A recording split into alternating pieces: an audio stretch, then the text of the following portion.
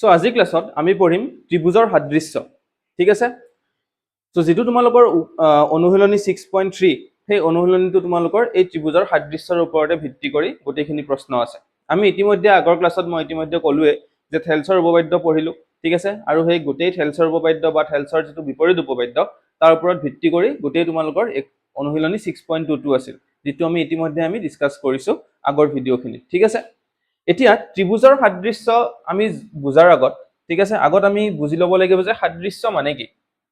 ঠিক আছে কাৰণ সাদৃশ্য মানে যদি তোমালোকে বুজি নোপোৱা তেতিয়াহলে ত্ৰিভুজৰ সাদৃশ্য বুজি পোৱাত অকমান তোমালোকৰ প্ৰবলেম হ'ব বুজি পাইছা প্ৰথমতে আমি বুজিম যে এই ত্ৰিভুজৰ সাদৃশ্য মানে কি হেতু প্ৰথমতে সাদৃশ্য কি হয় ঠিক আছে তাৰ পিছত আমি ত্ৰিভুজৰ সাদৃশ্য লৈকে আহিম বুজি পাইছা এতিয়া তোমালোকে ক্লাস 9ত সৰ্বসমৰ বিষয় পাইছা হয়নে যে ত্ৰিভুজ দুটা আমি কেতিয়া সৰ্বসম বুলি কও বা যিকোনো দুটা যদি আমি জ্যামিতিক চিত্ৰ লও তেতিয়ালে সেই চিত্ৰ দুটাক আমি কিয় বা কেতিয়া আমি সৰ্বসম বুলি কও এতিয়া আমি আকৌ অকনমান ক্লাস 9 লৈকে যাম ঠিক আছে ইয়াত আমি ডাইৰেক্টলি সৰ্বসম মানে কি কিন্তু তোমালোকে জানাই তথাপিও আমি ইয়াতে সদৃশ আৰু সৰ্বসমৰ মাজত যেটো তোমালোকৰ পাৰ্থক্য সেই পাৰ্থক্যটো বুজিম আমি ঠিক আছে আৰু সেই পাৰ্থক্যটো বহুত গুৰুত্বপূৰ্ণ পাৰ্থক্য হয় কাৰণ সেই পাৰ্থক্যটো ভালদৰে বুজি পালেহে তোমালোকে সাদৃশ্য প্ৰশ্নখিনি বা যেতিয়া তোমালোকৰ বেলেগ বেলেগ প্ৰশ্নত সাদৃশ্য আৰু সৰ্বসম দুটা মিক্স আহি যাব ইয়াতেও তোমালোকৰ এনেকুৱা প্ৰশ্ন আছে যত সাদৃশ্য আছে সৰ্বসম আছে এটা প্ৰশ্নৰ ভিতৰতে ঠিক আছে সেই প্ৰশ্নবোৰ যেতিয়া কৰিব লাগিব তোমালোকে তেতিয়া তোমালোকে সদৃশ আৰু সৰ্বসমৰ যেটো ডিফাৰেন্স বা যেটো পাৰ্থক্য সেই পাৰ্থক্যটো তোমালোকে বুজি পাব লাগিব কিন্তু বুজি পাইছা তো এতিয়া আমি কেইটামান চিত্ৰ চাও ঠিক আছে প্ৰথমতে আমি কি চাও আমি সৰ্বসম চিত্ৰ কিছুমান চাও এটা ধৰা হল আমি ইয়াতে দুটা চিত্ৰ ললো কি লৈছো আমি দুটা ফুটবল লৈছো হয়নে সবে দেখা পাইছা ফুটবল দুটা এটা এই ফুটবল দুটাক মই সৰ্বসম চিত্ৰ বুলি কৈছো কিয় চোৱা যদি মই এই দ্বিতীয় ফুটবলটো এই প্ৰথম ফুটবলটোৰ ওপৰত যদি মই এনেকে দি দিও ঠিক আছে তো এতিয়া তোমালোকে ধৰিব পাৰিছা নে ইয়াতে এটা ফুটবল আছে নে দুটা ফুটবল আছে ধৰিব পৰা নাই হয়নে তাৰ মানে কি বুজি পালো আমি যে এটা যেটো দ্বিতীয় ফুটবল সেই দ্বিতীয় ফুটবলটোৱে প্ৰথম ফুটবলটোক ধুনিয়াকৈ কি কৰিছে থাক খুৱাই দিছে হয় নাই প্ৰথম ফুটবলটো দ্বিতীয় ফুটবলটোৰ কাৰণে থাক খাই গৈছে এটা থাক কিয় খালে কাৰণ এই দুইটা ফুটবলৰে যেটো আকৃতি সেই আকৃতিটো একে হয়নে দুটাই গোলাকাৰ হয় আৰু লগতে দুটা ফুটবলৰে কি হৈছে আকাৰো একে মানে সাইজ দুটাও একে বুজি পাইছা নে ঠিক আছে এতিয়া যদি মই এই দ্বিতীয় ফুটবলটো মই ইয়াতে ওপৰত দি যদি মই এটো অলপ সৰু কৰি দিলো হয় তেতিয়া তোমালোকে ধৰিব পাৰিলা হয় যে ইয়াতে কি হৈছে ইয়াতে দুটা ফুটবল আছে হয়নে বুজি পাইছা তোমালোকে ঠিক আছে ইয়াতে দুটা ফুটবল আছে বুলি গম পাই গলা হয় ঠিক আছে বা যদি মই কি কৰিলো হয় যে এই ফুটবলটো মই অকমান ইয়াৰ চেপেটা কৰি দিলো ধৰা এই ফুটবল দ্বিতীয় ফুটবলটো এটা দ্বিতীয় ফুটবলটো যদি মই ইয়াতে আৰু প্ৰথম ফুটবলটোৰ ওপৰত আনি দিও তেতিয়াও তোমালোকে ধৰিব পাৰিলা হয় যে ইয়াতে প্ৰথম ফুটবলটোৰ ওপৰত কি হৈছে এই দ্বিতীয় ফুটবলটো ইয়াতে ওপৰত আনি দিছে কিয় গম পালা কাৰণ এতিয়া এই দ্বিতীয় ফুটবলটো যেহেতু মই চেপেটা কৰি দিলো ইহতৰ আকৃতি একে হোৱা নাই বুজি পাইছা নে এই আকৃতি একে নোহোৱা কাৰণে আমি গম পালো যে তাতে দুটা ফুটবল আছে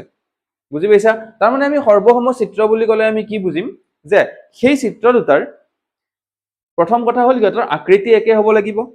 ঠিক আছে মানে দেখাত একে হ'ব লাগিব বুজি পাইছা আৰু লগতে ইহতৰ কি হ'ব লাগিব ইহতৰ যেটো আকাৰ বা ইহতৰ যেটো সাইজ সেই সাইজটো কি হ'ব লাগিব সমান হ'ব লাগিব বুজি পাইছা ধৰা হল আমি আৰু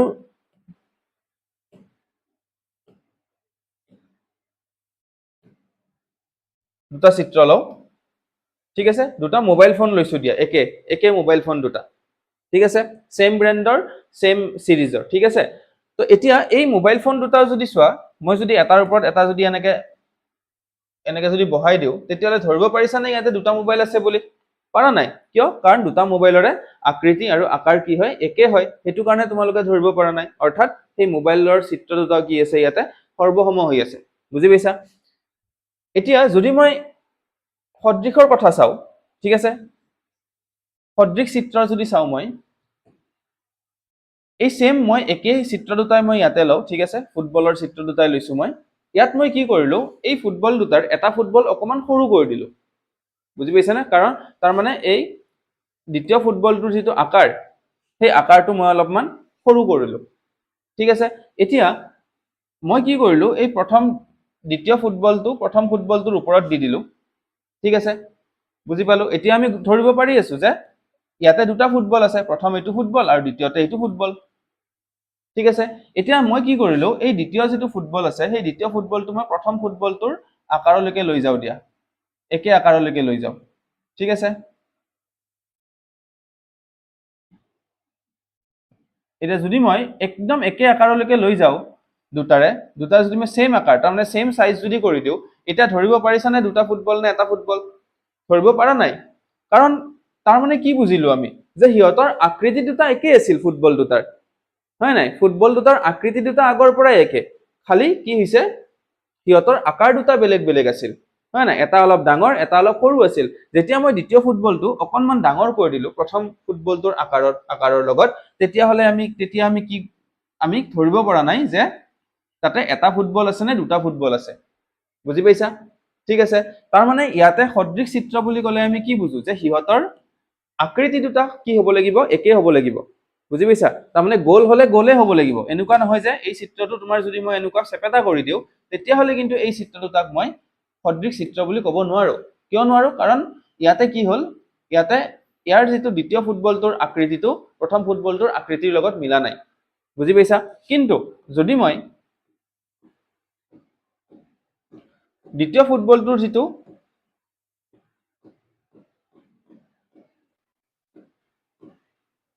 আকাৰ বা সাইজ, সেই সাইজটো যদি মই অকণমান সৰুও কৰি দিওঁ তথাপিও কিন্তু আমি সেই চিত্ৰ দুটাক কি বুলি ক'ব পাৰো, আমি সদৃশ বুলি ক'ব পাৰো, ঠিক আছে। তাৰমানে সদৃশত তোমালোকে পাৰ্থক্যটো ধৰিব পাৰিছা নিশ্চয়, যে সদৃশত আমি আকাৰ চাব নালাগে, আকাৰ সৰু ডাঙৰ হ'ব পাৰে কিন্তু আকৃতি দুটা কি হ'ব লাগিব, একে হ'ব লাগিব, বুজি পাইছা? দেখাত একে হ'ব লাগিব কিন্তু আকাৰৰ পৰিৱৰ্তন হ'ব পাৰে, ঠিক আছে। কিন্তু সৰ্বসমত দুটাই কি হ'ব লাগিব, একে হ'ব লাগিব, আকৃতিও আৰু আকাৰো। ঠিক তেনেকে যদি মই সেই মোবাইল ফোন দুটাও লওঁ তেতিয়াহ'লে ইয়াতে দেখা পাইছা যে এইটো আৰু এইটো অলপমান সৰু কৰি দিছো মই, ঠিক আছে। ইহঁত দুটাৰ আকৃতি একে, যদি মই মোবাইল ফোনটো ইয়াৰ ওপৰত লৈ যাওঁ আৰু যদি একে ছেম এনেকে যদি আকাৰৰ কৰি দিওঁ তেতিয়াহ'লে মই আৰু যদি এটাৰ ওপৰত এটা মই এনেকে দি দিছো তেতিয়াহ'লে আমি ধৰিব পৰা নাই, বুজি পাইছা? আমি তেতিয়া ধৰিব পৰা নাই যে ইয়াতে কেইটা মোবাইল আছে, ঠিক আছে। তাৰমানে ইহঁতৰ আকৃতি দুটা একে কিন্তু মই কি কৰিছো, এটা অকণমান সৰু কৰি দিছো আৰু এটা অকণমান ডাঙৰ কৰি দিছো, তাৰমানে দুটাৰে আকাৰ বেলেগ বেলেগ কৰি দিছো, ঠিক আছে। তো এই চিত্ৰ দুটাকো আমি সদৃশ চিত্ৰ বুলি আমি ক'ব পাৰো, বুজি পাইছা? তাৰ পৰা আমি সৰ্বসম আৰু সদৃশৰ যদি আমি সংজ্ঞা দুটা চাওঁ, তো সৰ্বসম কি? সৰ্বসম হ'ব যে যদি দুটা চিত্ৰ সৰ্বসম হ'ব যদিহে সিহঁতৰ আকৃতি একে আৰু আকাৰ সমান হয়, বুজি পাইছা? তাৰমানে সিহঁতৰ আকৃতিও একে হ'ব লাগিব আৰু ইপিনে আকাৰো কি হ'ব লাগিব, সমান হ'ব লাগিব, তেতিয়াহে আমি সেই দুটা আমি সৰ্বসম চিত্ৰ বুলি ক'ব পাৰো, বুজি পাইছা? ধৰা হ'ল মই যদি কওঁ যে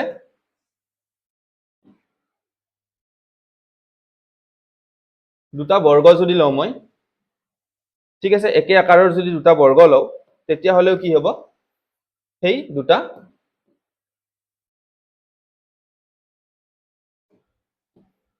কি হ'ব, আমি সৰ্বসম বুলি, সেই বৰ্গ দুটা আমি সৰ্বসম বুলি ক'ব পাৰো, ঠিক আছে। কাৰণ সিহঁতৰ আকৃতি আৰু আকাৰ কি হয়, সমান হয় বা একে হয়, বুজি পাইছা? এতিয়া সদৃশ বুলি ক'লে আমি কি বুজো? সদৃশ মানে হৈছে যে সিহঁত চিত্ৰ দুটা সদৃশ হ'ব, দুটা চিত্ৰ সদৃশ হ'ব যদিহে সিহঁতৰ আকৃতি একে হয়। তাৰমানে ইয়াতে মই আকাৰৰ কথা একো কোৱা নাই, অকল আকৃতি একে হ'লে কি হ'ব, সেই চিত্ৰ দুটা সদৃশ হ'ব। এতিয়া তাৰ মাজতে এটা তোমালোকৰ প্ৰশ্ন উদয় হ'ব যে যদিহে চিত্ৰ দুটাৰ আকৃতিও একে আকাৰো একে, সিহঁত দুটাক বাৰু আমি কি বুলি ক'ম, আমি সৰ্বসম বুলি ক'ম, কিন্তু সিহঁত দুটাক আমি সদৃশ বুলি ক'ব পাৰিম নে? হয়, পাৰিম, ঠিক আছে। কিয় পাৰিম চোৱা, কাৰণ সিহঁতৰ ইতিমধ্যে আকৃতি সমান হৈ গ'ল ন, আকৃতি একে হৈ গ'ল। কাৰণ সদৃশত যদি চোৱা, সদৃশত আকাৰৰ কথা একো কোৱাই নাই, বুজি পাইছা নে নাই? এইটোও তোমালোকক কোৱা নাই যে সিহঁত দুটাৰ সাইজ দুটা বেলেগ বেলেগ হ'বই লাগিব, সেইটো কোৱা নাই, কিন্তু কৈছে এইটো যে সাইজ দুটা বেলেগ বেলেগ হওক বা একে হওক সেইটো আমাৰ কি নহয়, চাব লগা বিষয় নহয়, ঠিক আছে। সেইটোৰ ওপৰত আমি কথাই নাপাতো, আমি খালি সদৃশ হয় নে নাই এইটো চাম, যে সিহঁতৰ আকৃতি একে হয় নে নাই সেইটোহে আমি চাব লাগিব। গতিকে তাৰ পৰা আমি বুজি পালো যে যদি দুটা চিত্ৰৰ আকৃতি আৰু আকাৰ একে হয় তেতিয়াহ'লে সেই চিত্ৰ দুটাক আমি সৰ্বসম বুলিতো কমেই, কিন্তু আমি কি বুলি ক'ব পাৰো, লগতে আমি সদৃশ বুলিও ক'ব পাৰো বুজি পাইছা ঠিক আছে এটা তাৰ পৰা দুটা গুৰুত্বপূৰ্ণ বাৰ্তা এই বাৰ্তা দুটাৰ ওপৰত তোমালোকৰ প্ৰশ্ন আহিব পাৰে ঠিক আছে এমসিকিউ প্ৰশ্ন বা এনেকুৱা ধৰণৰ প্ৰশ্ন কিছুমান আহিব পাৰে বা তোমালোকৰ এছাৰশন আৰু ৰিজন টাইপৰ প্ৰশ্ন এই প্ৰশ্ন দুটাৰ এই বাৰ্তা দুটাৰ ওপৰত আহিব পাৰে বাৰ্তা দুটা হৈছে প্ৰথমটো হৈছে যে দুটা চিত্ৰ সৰ্বসম হয় যদি দুটা চিত্ৰ সৰ্বসম হয় তেন্তে হিয়ত সদৃশ হ'বই বুজি পালানে প্ৰথমটো যে যদি দুটা চিত্ৰ সৰ্বসম হয় ঠিক আছে সৰ্বসম যদি হয় তেন্তে সদৃশ হ'বই কিয় হ'ব কাৰণ সৰ্বসম মানে তাত আকৃতি আৰু আকাৰ কি হয় একে হয় আৰু সদৃশতো আকৃতি একে হ'ব বুলি কৈছে আকাৰৰ কথাটো একো কোৱাই নাই বুজি পাইছা নে নাই তো গতিকে আকাৰ একে হলেও সদৃশ হ'ব আকাৰ বেলেগ হলেও সদৃশ হ'ব ঠিক আছে কাৰণ আকৃতি একে হলে হল এটো কাৰণে কোৱা হয় যে সৰ্বসম যদি হয় তেন্তে সদৃশ হ'বই কিন্তু তাতে এটা কিন্তু আছে যদি দুটা চিত্ৰ সদৃশ হয় তেতিয়া কিন্তু হিয়তে সৰ্বসম নহবও পাৰে বুজি পাইছানে ঠিক আছে হিয়ত কিন্তু সৰ্বসম নহবও পাৰে কিয় কাৰণ সদৃশত আমি আকাৰ দুটাটো একে হ'ব নহব বুলি কোৱা নাই বেলেগ হলেও হ'ব ঠিক আছে এটা যদি ডাঙৰ এটা সৰু তেন্তে হিয়ত দুটা সদৃশ হ'ব কিন্তু হিয়ত দুটা আমি সৰ্বসম বুলি ক'ব পাৰিম নে কেতিয়াও নোৱাৰো বুজি পাইছানে ঠিক আছে তো এই বাৰ্তা দুটা তোমালোকে ভালদৰে বুজি ভালদৰে মনত ৰাখিবা ঠিক আছে যে সৰ্বসম হলেই সদৃশ হ'ব কিন্তু সদৃশ হলেই সৰ্বসম নহবও পাৰে বুজি পাইছা সকলোৱে ঠিক আছে তো এইখিনি হল তোমালোকৰ সদৃশ আৰু সৰ্বসমতাৰ মাজত যেটো পাৰ্থক্য বা আমি সদৃশ বুলি ক'লে আমি কি বুজো বা সৰ্বসম বুলি ক'লে আমি কি বুজো তোমালোকৰ মাইন্ডত ক্লিয়াৰ হ'ব লাগিব ঠিক আছে তেতিয়াহে তোমালোকে যিখিনি ত্ৰিভুজৰ প্ৰশ্ন আছে সেই প্ৰশ্নখিনিও তোমালোকে ভালদৰে কৰিব পাৰিবা ঠিক আছে এতিয়া আহিল যে ত্ৰিভুজৰ সদৃশতা বা ত্ৰিভুজৰ সাদৃশ্য ঠিক আছে এতিয়া ত্ৰিভুজ দুটা সদৃশ বুলি ক'লে তাতেও একে কথা হ'ব হয় না সদৃশৰ যেটো তোমালোকৰ সংজ্ঞা যে দুটা ত্ৰিভুজৰ যদি কি হ'ব আকৃতি দুটা যদি একে হয় কিন্তু আকাৰ দুটা যদি বেলেগ বেলেগো হয় তেন্তে হিয় দুটাক আমি কি বুলি ক'ব পাৰিম আমি সদৃশ বুলি ক'ব পাৰিম হয়নে কিন্তু এতিয়া কথা হ'ল যে যেতিয়া আমি মেথছৰ কথা চাও তেতিয়া হলে মেথছত প্ৰত্যেকটো বস্তুৰে আমাক প্ৰুফ লাগে হয়নে ঠিক আছে তুমি এনেই দেখিয়ে কৈ দিব নোৱাৰে যে এইটো হ'ব যদি তোমাক সোধে যে কিয় হ'ব ঠিক আছে তোমাক যদি তুমি যদি কলা এই দুটা চিত্ৰ সদৃশ হ'ব বেলেগ এজনে সোধে যদি কিয় হ'ব কেনেকৈ প্ৰমাণ কৰি দেখুৱাবা তুমি তো তাৰ কাৰণে সদৃশতাৰো কি আছে কিছুমান তোমাৰ শৰ্ত আছে ঠিক আছে সদৃশতাৰো কিছুমান শৰ্ত আছে সেই শৰ্তখিনি আমি পঢ়িম আৰু স্পেশালি এইখিনি ত্ৰিভুজৰ সাদৃশ্যৰ ওপৰত আমি পঢ়িম ঠিক আছে কাৰণ ত্ৰিভুজ দুটা দেখা পালেই তুমি সদৃশ বুলি কৈ দিব নোৱাৰা হিয়তৰ কিছুমান শৰ্ত আছে সেই শৰ্ত কেইটা যদি মানি চলে ত্ৰিভুজ দুটাই তেতিয়া হলেহে আমি সেই চিত্ৰ দুটাক বা সেই ত্ৰিভুজ দুটাক আমি কি বুলি ক'ব পাৰিম আমি সদৃশ বুলি ক'ব পাৰিম ঠিক আছে ধৰিব পাৰিছা তোমালোকে ভালদৰে ওকে তো এতিয়া আমি আহিলো ত্ৰিভুজৰ সদৃশ ত্ৰিভুজৰ সাদৃশ্য ঠিক আছে ত্ৰিভুজৰ সাদৃশ্য এতিয়া শৰ্ত দুটা কি হয় চাবা প্ৰথম শৰ্তটো হৈছে যে দুটা ত্ৰিভুজ সদৃশ হ'ব যদিহে হিহতৰ এক নম্বৰ অনুৰূপ কোণবোৰ সমান হয় মই সব বুজাই দিম ঠিক আছে অনুৰূপ কোণ বুলি ক'লে আমি কি বুজো বা কেনেদৰে অনুৰূপ কোণবোৰ সমান হয় এইখিনি মই ভালদৰে বুজাই দিম আৰু দ্বিতীয় শৰ্তটো কি দ্বিতীয় শৰ্তটো হৈছে যে হিহতৰ অনুৰূপ বাহুবোৰৰ অনুপাত সমান হয় বা সমানুপাতিক হয় ঠিক আছে তোমালোকে যদি মন কৰা বা তোমালোকৰ যদি মনত আছে সৰ্বসমত তোমালোকে তোমালোকে কি পাইছিলা দুটা শৰ্ত পাইছিলা ত্ৰিভুজৰ সৰ্বসমতাৰ হয় না নাই ঠিক আছে মনত আছে তোমালোকৰ তাত তোমালোকে কি পাইছিলা শৰ্ত দুটা প্ৰথম শৰ্তটো তোমালোকে একেই পাইছিলা যে সেই ত্ৰিভুজ দুটাৰ অনুৰূপ কোণবোৰ সমান হ'ব লাগিব কিন্তু দ্বিতীয় শৰ্তটো তোমালোকে তাতে বেলেগ পাইছিলা কি যে হিয়তৰ অনুৰূপ বাহুবোৰো সমান হ'ব লাগিব ঠিক আছে মানে অনুৰূপ কোণবোৰো সমান হ'ব লাগিব আৰু লগতে অনুৰূপ বাহুবোৰো সমান হ'ব লাগিব তেতিয়াহে সেই চিত্ৰ দুটাক আমি কি বুলি ক'ব পাৰিম আমি সৰ্বসম বুলি ক'ব পাৰিম ঠিক আছে হেতু তোমালোকৰ মনত আছে এতিয়া ইয়াত কিন্তু কি হ'ল এই যেটো দ্বিতীয় শৰ্ত এই দ্বিতীয় শৰ্তটো কিন্তু ইয়াতে বেলেগ হৈ গ'ল ইয়াত কি ক'লে ইয়াত অনুৰূপ বাহুবোৰ সমান হ'ব বুলি কোৱা নাই ইয়াত কৈছে যে অনুৰূপ বাহুবোৰৰ যেটো অনুপাত ঠিক আছে সেই অনুপাতবোৰহে সমান হ'ব লাগিব বুজি পাইছা এই পইণ্টটোতে তোমালোকৰ বহুত ষ্টুডেণ্টৰে কি হয় কনফিউজন লাগে ঠিক আছে তোমালোকে সদৃশতো তোমালোকে অনুৰূপ বাহুবোৰ সমান সমান কৰি দিয়া বা তোমালোকে লিখোতে যেতিয়া প্ৰমাণ কৰা তেতিয়া তোমালোকে অনুৰূপ বাহুবোৰো সমান সমান বুলি লিখি দিয়া ঠিক আছে তো হেইটো লিখিলে নহব তোমালোকে ইয়াতে অনুৰূপ বাহুবোৰৰ অনুপাতবোৰহে সমান দেখাব লাগিব বা সেই অনুৰূপ বাহুবোৰ সমানুপাতিক বুলি দেখাব লাগিব সমান অনুপাত বা সমানুপাতিক কথাটো একেই ঠিক আছে তো এতিয়া আমি এই যি দুটা শৰ্ত এই শৰ্ত দুটা আমি ভালদৰে বুজো আহা ঠিক আছে কাৰণ এই শৰ্ত দুটাৰ ওপৰতে আৰু কি আছে কিছুমান তোমালোকৰ ৰুল আছে ঠিক আছে যেনেকৈ তোমালোকে সৰ্বসমতাৰ কিছুমান ৰুল পাইছিলা বা আমি সেইকেইটাকো শৰ্ত বুলিয়ে ক'ব পাৰো ঠিক আছে যেনেকৈ তোমালোকে এছএছএছ পাইছিলা বাহু বাহু বাহু পাইছিলা বা তোমালোকে কোণ বাহু কোণ পাইছিলা ঠিক আছে তো সেইবোৰ সদৃশ মানে ত্ৰিভুজৰ সাদৃশ্যটো সেইবোৰ কি আছে সেইবোৰ শৰ্ত কিছুমান আছে তো সেইখিনি বাৰু বেলেগ কথা সেইখিনি আমি পিছত পঢ়িম কিন্তু আগত আমি এই যি দুটা শৰ্ত এই শৰ্ত দুটাৰ কথা আমি পঢ়ি লওঁ ঠিক আছে কাৰণ এই শৰ্ত দুটা হলেহে বা এই শৰ্ত দুটা ফুলফিল কৰিলেহে দুটা ত্ৰিভুজে যদি এই শৰ্ত দুটা মানি চলে তেতিয়াহে আমি ত্ৰিভুজ দুটাক কিন্তু সদৃশ বুলি ক'ব পাৰো দেই ঠিক আছে গতিকে সেইটো কাৰণে এই শৰ্ত দুটা আমি ভালদৰে বুজাটো অতিকৈ গুৰুত্বপূৰ্ণ ওকে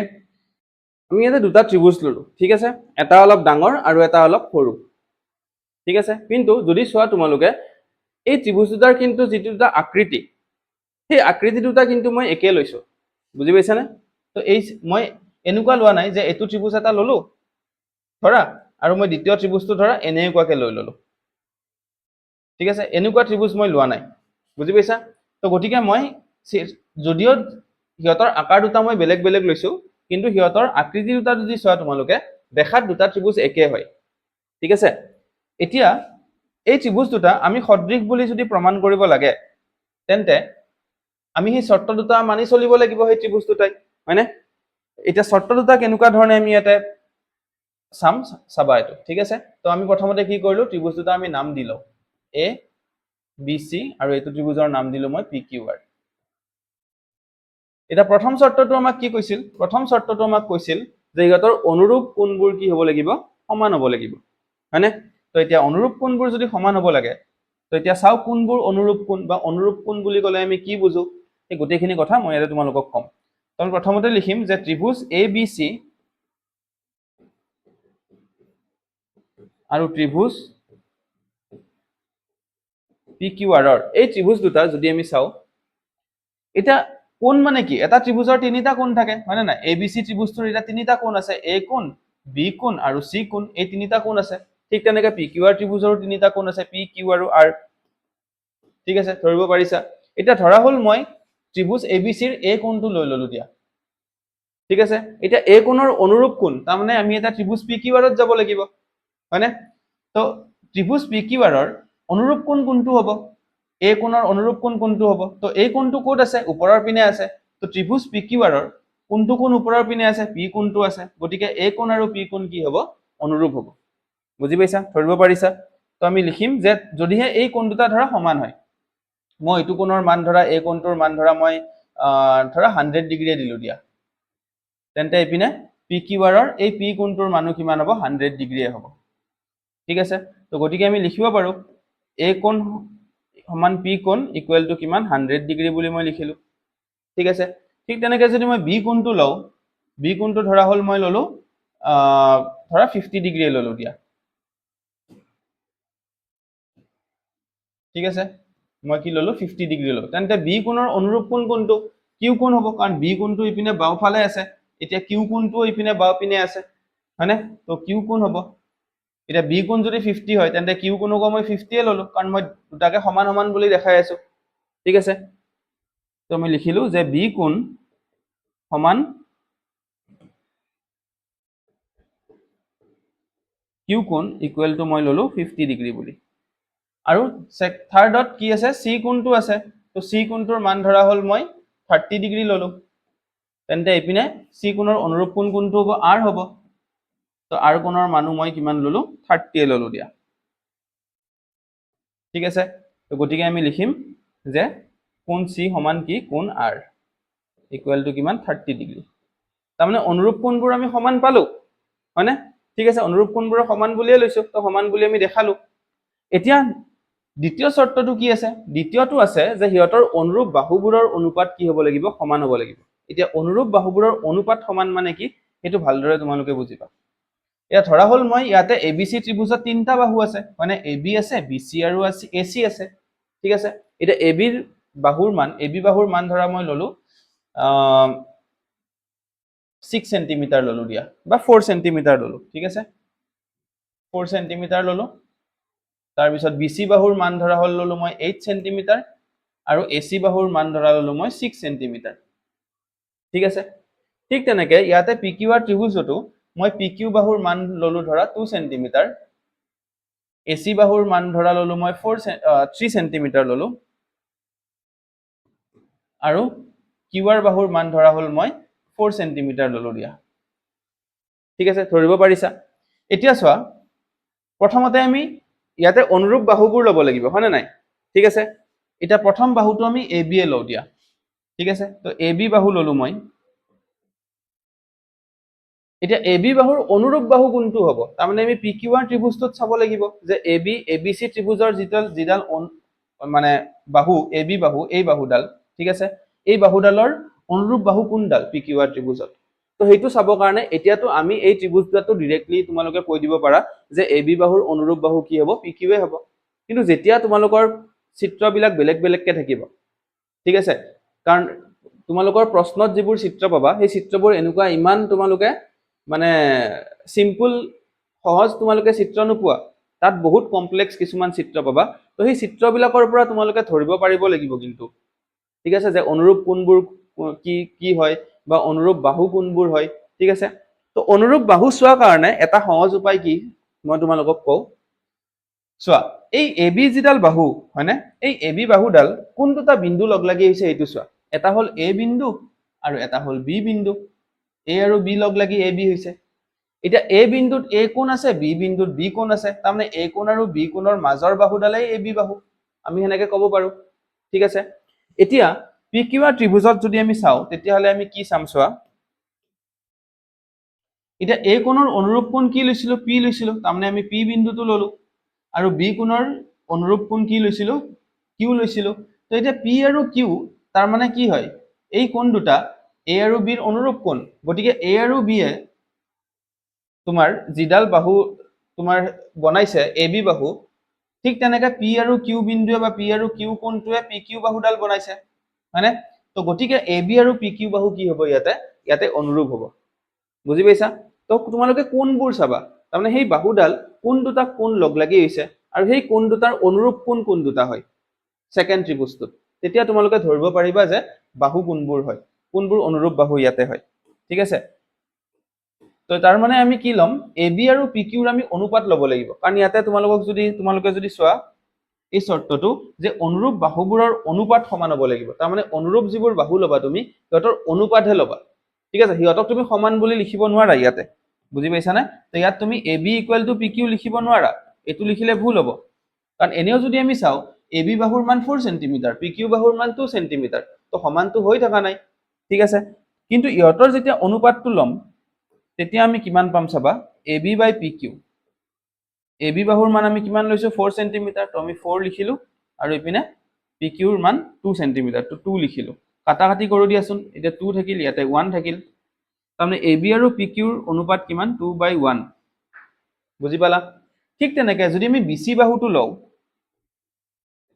বিসি বাহুটো বি আৰু সি বিন্দু দুটা লগ লাগি হৈছে হয়নে তো এতিয়া বি বিন্দুৰ অনুৰূপ বিন্দু কোনটো কিউ কাৰণ বি কোণ আৰু কিউ কোণ আমি অনুৰূপ কোণ লৈছিলো ঠিক তেনেকে সি কোণৰ অনুৰূপ কোণ আৰ তো গতিকে বিসিৰ অনুৰূপ বাহু কোনডাল হ'ব কিউআৰ হ'ব তো বিসিৰ যদি আমি বিসি বাই কিউআৰ যদি কৰো তেন্তে এটো কিমান আছে 8/4 তো 8/4 কো যদি কাটা তো কিমান থাকিল 2/1 থাকিল